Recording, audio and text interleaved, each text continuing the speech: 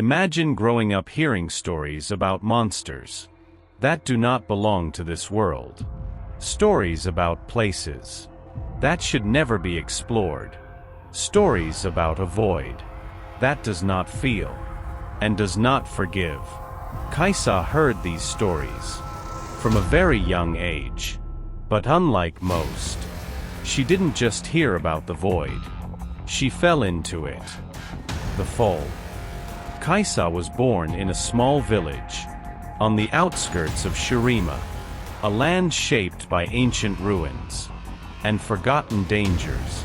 Her father, Kassadin, was a seasoned explorer, obsessed with arcane relics and forbidden knowledge.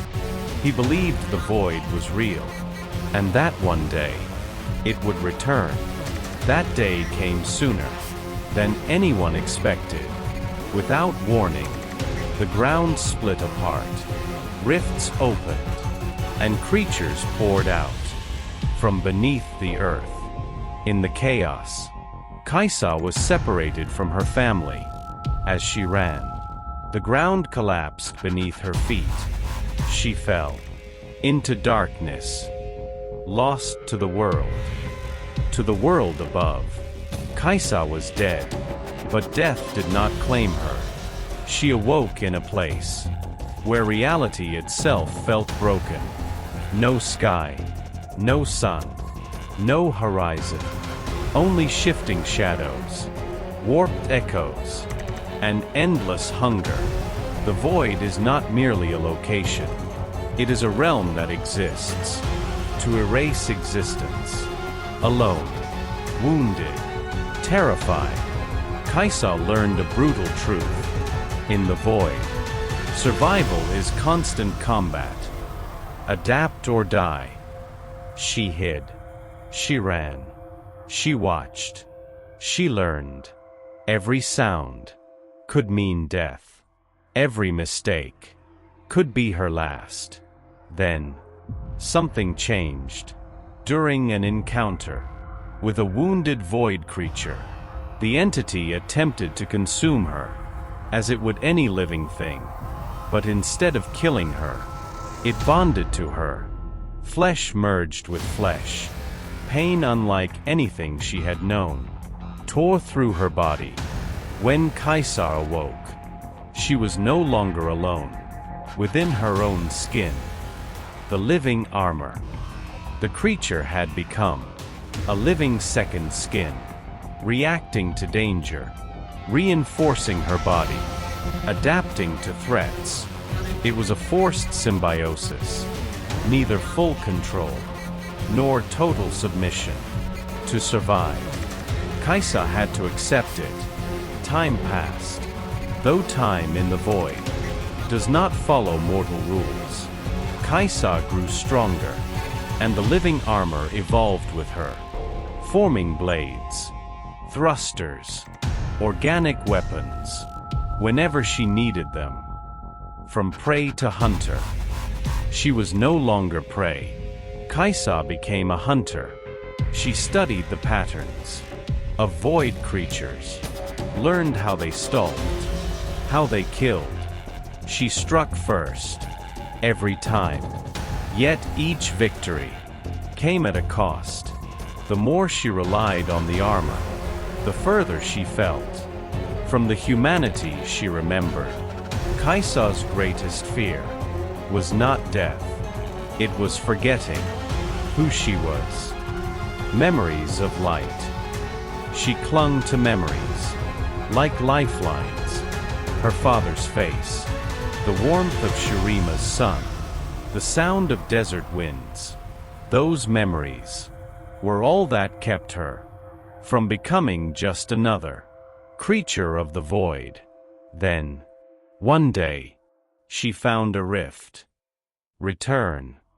Unstable, dangerous, but real. Using everything she had learned, Kaisa forced her way through the tear in reality and returned to the world she had lost. But the surface did not welcome her. When people saw her, they screamed. Some ran, Others attacked. To them, Kaisa looked exactly like what they feared most.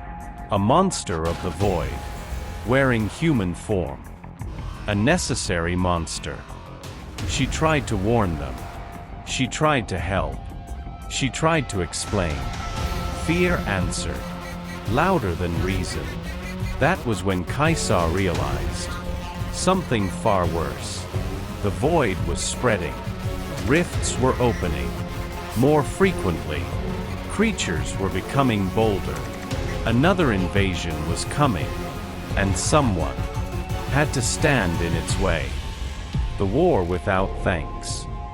Unlike Kassadin, who fights the void out of hatred and vengeance, Kaisa fights out of necessity.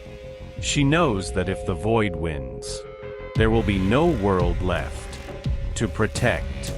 She moves through the shadows of Shurima and Ikathia, sealing rifts, destroying void creatures before they reach civilization.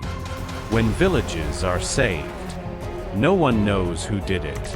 When the danger disappears, no one gives thanks. Between two worlds, she is not a celebrated hero. She is a nightmare that hunts other nightmares. Somewhere in Runeterra, Kassadin continues his war against the void, unaware that his daughter still lives, unaware that she carries part of that realm within her own body. Father and daughter walk parallel paths, bound by the same enemy and the same loss. Daughter of the void. When they finally meet, it will not be a simple reunion. It will be a confrontation between what was lost and what had to be forged to survive. Kaisa exists between two worlds, no longer fully human, but never truly a creature of the void. She is something new, a living weapon, a survivor, proof that even in absolute darkness, the will to endure can become hope, even if no one sees it, even if no one accepts it, even if the world fears her. Because as long as the void exists, Kaisa will be hunting. She is the daughter of the void, and also its greatest enemy.